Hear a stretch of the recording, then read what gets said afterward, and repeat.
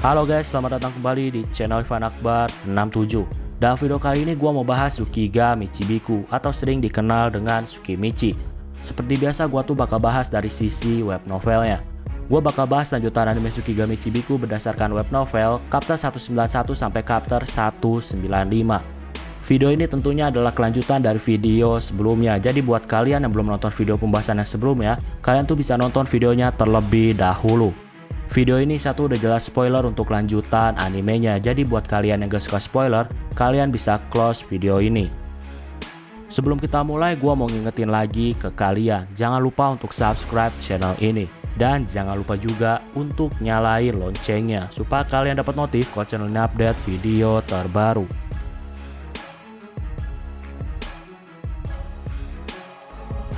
Jadi saat ini tuh ada pertarungan persahabatan antara Makoto melawan para iblis. Lawan Makoto adalah para jenderal iblis. Jadi ada Iyo, Rona, Rev, dan Mokuren. Untuk awal, Makoto di sini langsung ngeluarin berit api menuju 4 jenderal. Mokuren di sini pakai penghalang untuk melindungi para jenderal. Iyo saat ini tuh bergerak dengan cepat dan dia tuh bersiap menyerang pakai pukulannya. Tapi Makoto tuh pakai magic armor untuk menghentikan serangan Iyo. Rev juga di sini tuh mulai bergerak pakai senjata tombaknya. Makoto salut sama permainan tombak dari Rev.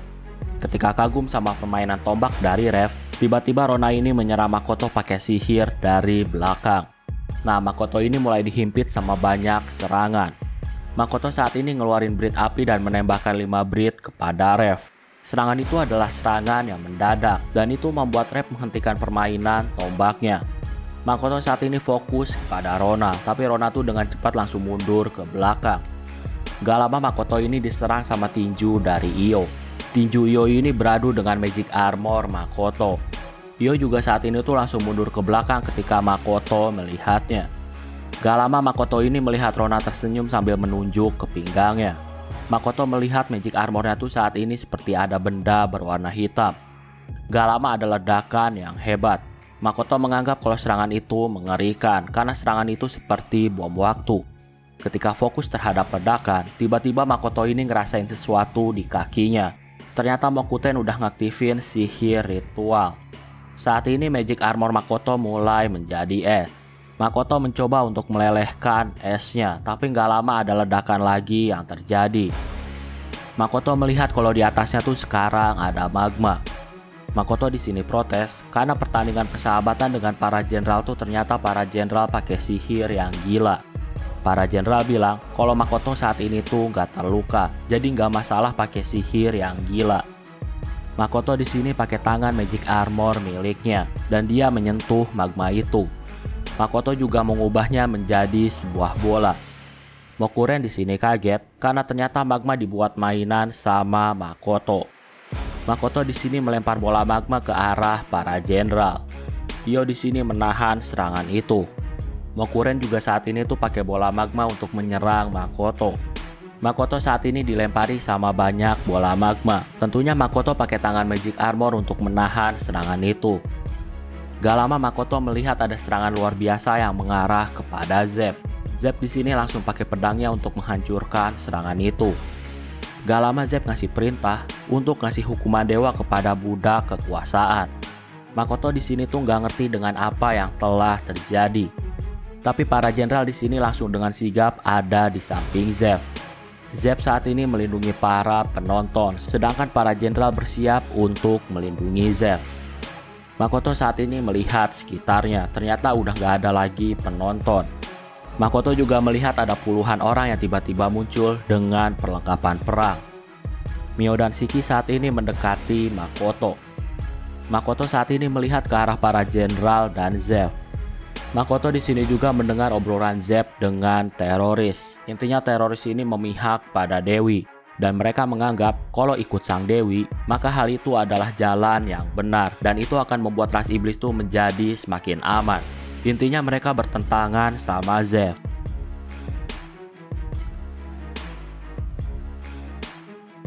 Teroris tegasin kalau ras iblis tuh diciptain sama Dewi, jadi udah sewajarnya memihak pada Dewi. Teroris bilang akibat ulah Zep, ras iblis tuh dicap sebagai ras berbahaya yang suka merebut tanah orang. Intinya teroris ini dipimpin sama anak bangsawan dari ras iblis, sedangkan Zeb ini berasal dari anak petani. Bagi Zeb, bangsawan tuh nggak akan pernah mengerti arti penderitaan. Makanya tujuan teroris ini bertentangan sama Zeb. Di sini juga teroris tuh sangat sombong dengan kekuatan mereka. Bahkan mereka tuh di sini bilang kalau Zeb tuh jangan terlalu senang hanya karena ada monster di sampingnya. Monster yang dimaksud di sini tuh adalah Makoto. Mendengar Makoto diremehkan, di sini Zeb bilang sebaiknya tuh jangan main-main sama perusahaan Kuzunoha. Ras iblis tuh bisa hancur jika mencari masalah dengan Kuzunoha. Pemimpin teroris bilang kalau ras iblis yang sekarang tuh memang layak untuk dihancurkan. Zeb saat ini merintahin para jenderal iblis bergerak dan para jenderal tuh langsung menebas kepala para teroris. Tapi nggak lama, ternyata para teroris ini udah pakai senjata suci Elysion. Senjata itu bisa memanggil pasukan naga. Makoto di sini nanya kepada Zeb tentang apa yang bakal terjadi jika senjata suci itu diaktifkan. Zeb bilang dalam kasus terburuk, kemungkinan para naga tuh bakal mengamuk di kota. Gak lama, di sini tuh Mio ngerasain firasat yang gak enak dan ternyata naga yang datang adalah Ruth. Makoto gak ngerti dengan apa yang ada di pikiran dari Ruth. Makoto saat ini pakai telepati untuk ngobrol sama Ruth. Ruth di sini kaget, ternyata targetnya tuh termasuk Makoto. Ruth gak nyangka kalau alat yang dia buat tuh ternyata malah menjebaknya dan saat ini berakhir melawan Makoto. Ruth di sini ngasih tahu kalau panggilan dari senjata itu adalah panggilan yang mutlak. Makanya mau gak mau, Ruth saat ini harus melancarkan serangan yang dahsyat. Makoto di sini mengerti. Di sini Makoto menyuruh Ruth untuk ngasih tahu apa yang bakal dilakuin. Dan Makoto bilang kalau dia tuh bakal menghentikan serangan Ruth. Ruth di sini ngasih tahu kalau dia bakal pakai serangan tembakan yang terdiri dari 6 elemen. Tembakan itu bisa menghancurkan tanah dan kastil sekaligus. Setelah melancarkan serangan dahsyat, Ruth bilang kalau dia tuh bakal pergi. Ruth yang ada di udara, saat ini dia bersiap melancarkan serangan dahsyat dalam satu serangan. Makoto di sini bingung tentang apa yang harus dia lakuin. Tapi di sini Shiki tuh ngasih saran ke Makoto. Shiki dan Mio pun bergerak atas perintah Makoto. Ruth saat ini melancarkan serangannya. Makoto di sini membuat tangan magic armor miliknya tuh menjadi semakin besar. Selain itu, Makoto juga ngasih kekuatan sihirnya tuh kepada Mio dan Shiki. Serangan Ruth benar-benar sangat luar biasa. Mio, Shiki, dan Makoto, mereka tuh masih terus mencoba untuk menahan serangan dahsyat dari Ruth. Makoto di sini kagum sama kekuatan dahsyat dari Ruth. Di sisi lain, Shiki juga sangat kagum dengan tangan magic armor milik Makoto yang saat ini telah diperkuat. Shiki tuh saat ini melihat Makoto berjuang untuk menghentikan serangan Ruth. Bahkan Makoto tuh sampai kelelahan karena terus menahan serangan. Shiki dan Mio juga melakukan tugas yang dikasih sama Makoto, tentunya tujuannya untuk menghentikan serangan dahsyat dari Ruth. Shiki di sini khawatir karena sihir Makoto tuh terus terkuras, dan saat ini Makoto terlihat sangat kelelahan. Makoto bilang kalau Shiki tuh saat ini gak usah khawatir padanya.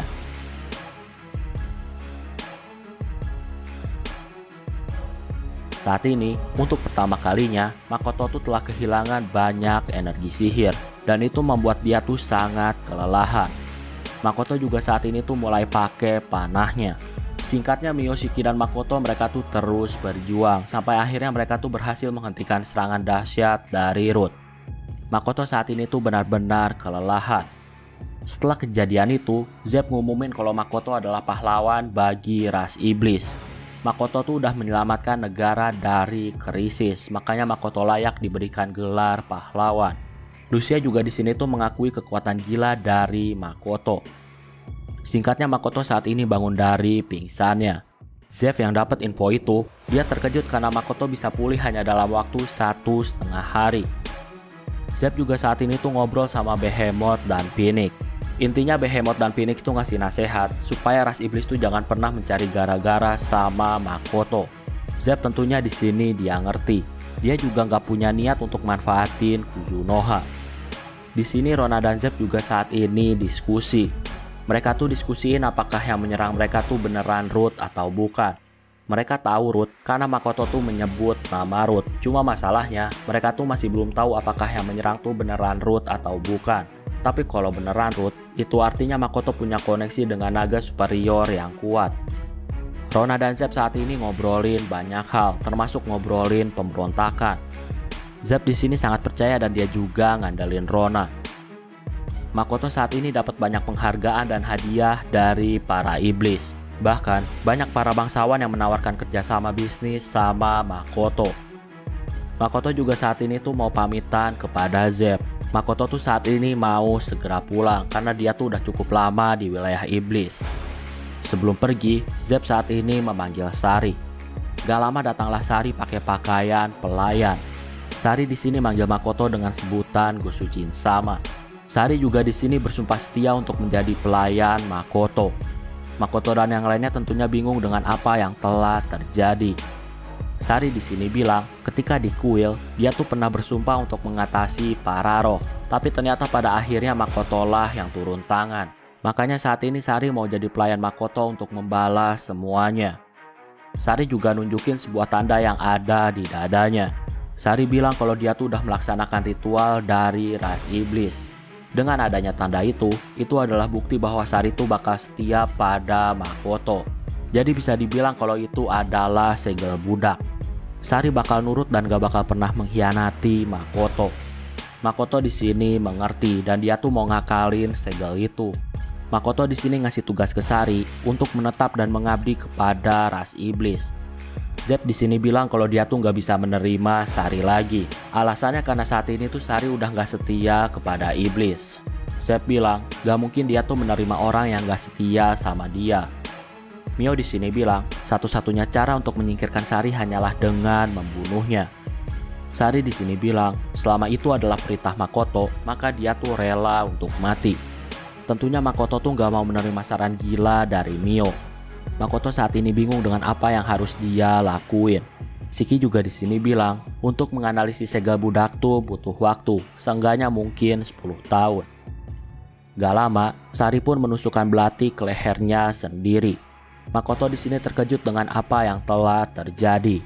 Makoto saat ini emang gak butuh Sari, tapi bukan berarti anak orang harus mati.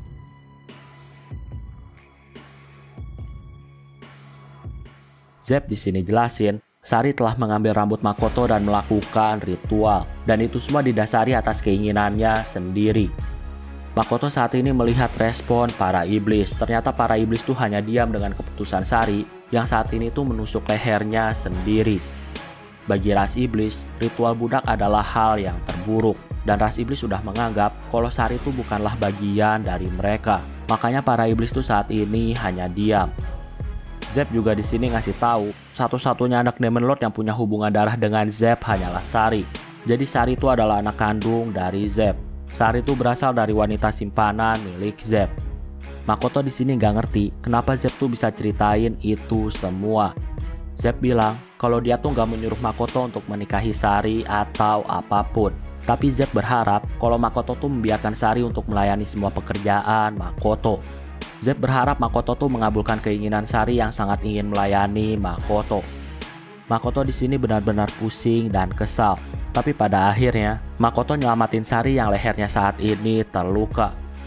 Makoto di sini mutusin untuk membawa Sari ke Asora.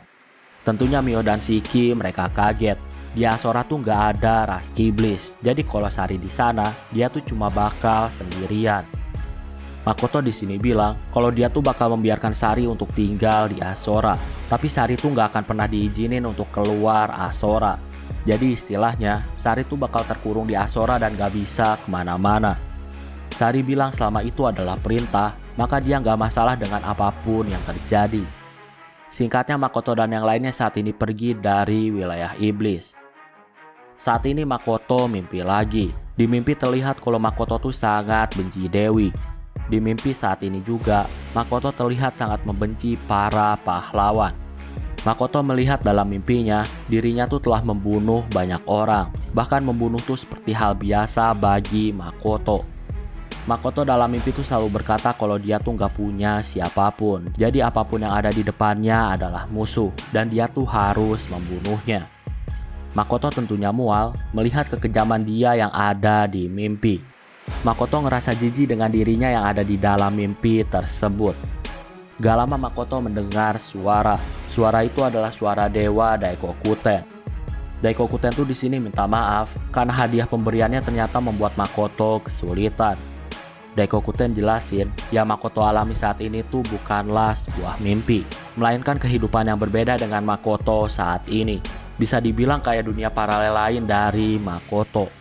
Daikokuten di sini nggak bisa jelasin detailnya, tapi intinya semuanya tuh baik-baik aja. Daikokuten juga di sini bilang, alasan saat ini Makoto ngerasa mual, itu semua karena Makoto dapat pengalaman lain dari Makoto lain di dunia paralel yang berbeda. Dengan banyaknya pengalaman, bakal membuat Makoto menjadi semakin kuat. Daikokuten juga jelasin kalau Makoto adalah satu-satunya manusia yang berhasil pakai sihir penciptaan. Jadi magic armor yang dibuat sama Makoto itu adalah sihir penciptaan. Dan sejak Makoto bisa pakai sihir penciptaan, maka Makoto yang sekarang tuh benar-benar berbeda dari semua Makoto yang ada di tempat lain. Daikokuten juga di sini tuh ngasih beberapa nasihat kepada Makoto. Daikokuten juga bilang kalau dia tuh bakal menghilangkan mimpi yang selama ini dialami sama Makoto. Setelah itu Makoto pun terbangun dari tidurnya.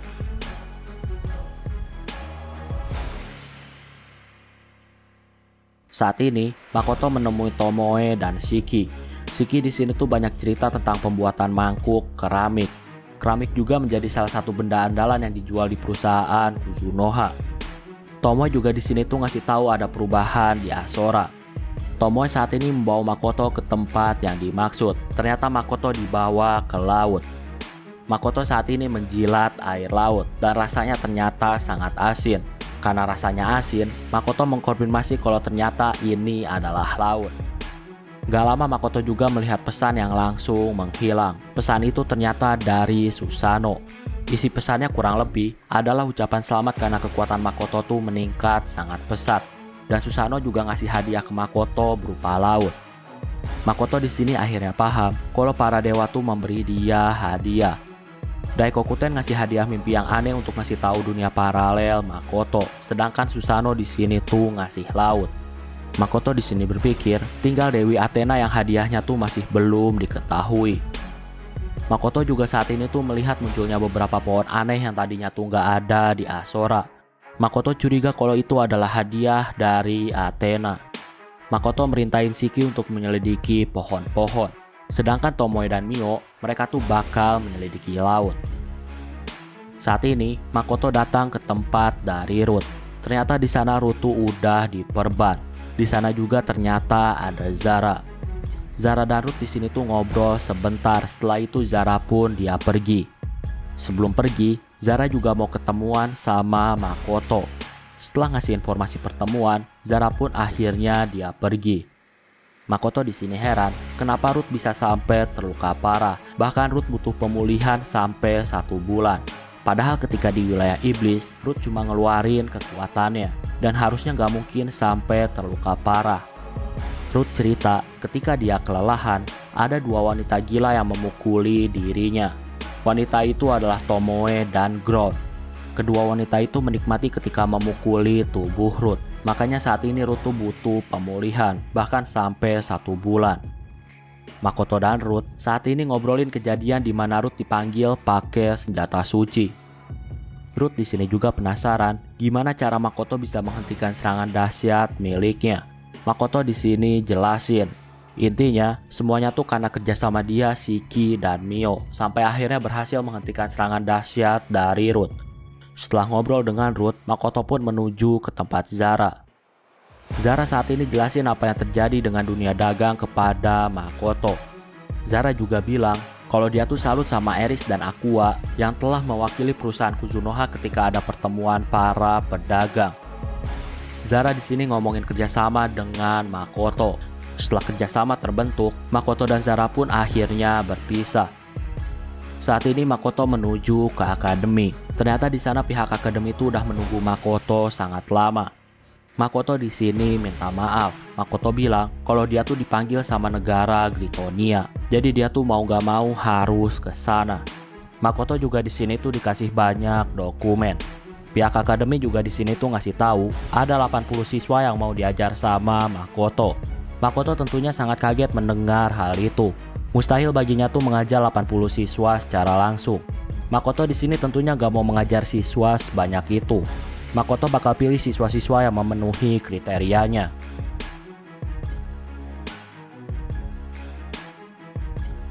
Saat ini Makoto menuju kafe untuk bertemu murid-muridnya. Di kafe, Makoto ini melihat ada keributan di sekitar murid-muridnya. Bahkan Jin ketika makan, dia sempat memberikan pukulan kepada seorang siswa yang mendekat. Makoto di sini nanya tentang apa yang telah terjadi. Para siswa Makoto di sini tuh ngasih tahu bahwa semua kejadian tuh bermula dari insiden monster varian. Saat ini tuh banyak siswa akademi yang pengen jadi kuat, dan mereka tuh banyak yang pengen dilatih sama Makoto. Mereka tahu kalau Makoto tuh cuma bakal menerima sedikit siswa. Makanya para siswa akademi itu nunjukin kekuatan mereka kepada siswa Makoto. Tujuannya supaya bisa dipilih menjadi murid Makoto. Para murid Makoto bilang kalau siswa akademi itu adalah sekumpulan orang bodoh. Para siswa akademi itu hanya mencari muka dengan cara menyerang siswa Makoto. Padahal kalau mau jadi muridnya Makoto bisa dilakukan dengan cara yang lain. Jadi nggak mesti menyerang mereka. Para siswa Makoto juga di sini tuh protes karena mereka tuh dapat tugas berat untuk membantu rekonstruksi bangunan kota. Para siswa Makoto protes karena di akademi itu cuma mereka yang melakukan tugas rekonstruksi dan itu sangat melelahkan jika harus dilakukan setiap hari. Para siswa akademi itu bukannya bantuin siswa Makoto, mereka tuh malah menyerang para siswa Makoto dengan alasan supaya menarik minat Makoto dan mereka tuh berharap menjadi murid Makoto. Makoto di sini ngasih tahu para siswanya. Makoto bilang kalau dia tuh nggak pernah menyuruh para siswanya untuk membantu rekonstruksi setiap harinya. Makoto tuh cuma bilang untuk membantu, tapi nggak harus setiap hari.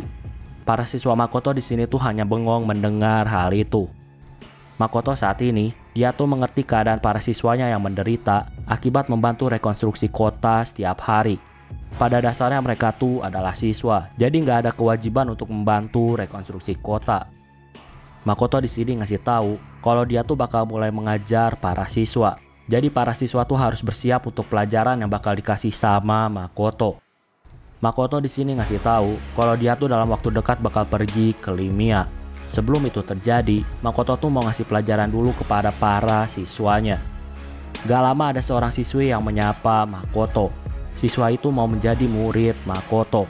Makoto di sini tuh cuma ngasih tahu sebaiknya ngirim dokumen permintaan. Kalau sesuai sama kriterianya, maka gadis itu bakal menjadi murid Makoto. Makoto juga tegasin kalau dia tuh nggak bakal pernah memilih murid hanya karena koneksi atau apapun. Kalau sesuai sama kriteria Makoto, maka Makoto bakal memilih siswa tersebut. Setelah itu Makoto pun akhirnya pergi ke Asora, lebih tepatnya pergi ke tempat Ema. Di sana ternyata ada keributan antara Ema dan ras Elemera. Ras Elemera ini adalah ras peri kecil, tapi mereka tuh punya sifat yang sombong. Ras Elemera ini protes karena mereka tuh sampai saat ini masih belum dapat tempat tinggal. Nah, karena terus ngotot dan setelah banyak pertimbangan, Ema pun ngasih tempat tinggal untuk ras Elmera.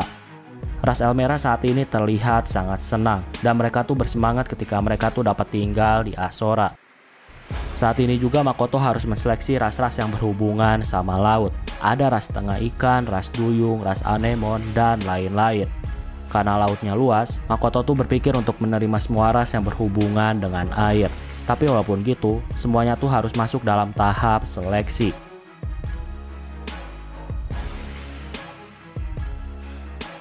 Nah, itulah untuk pembahasan video kali ini. Jadi di sini gua tuh cuma merangkum cerita. Kalau kalian mau lebih detail, kalian tuh bisa baca novelnya sendiri.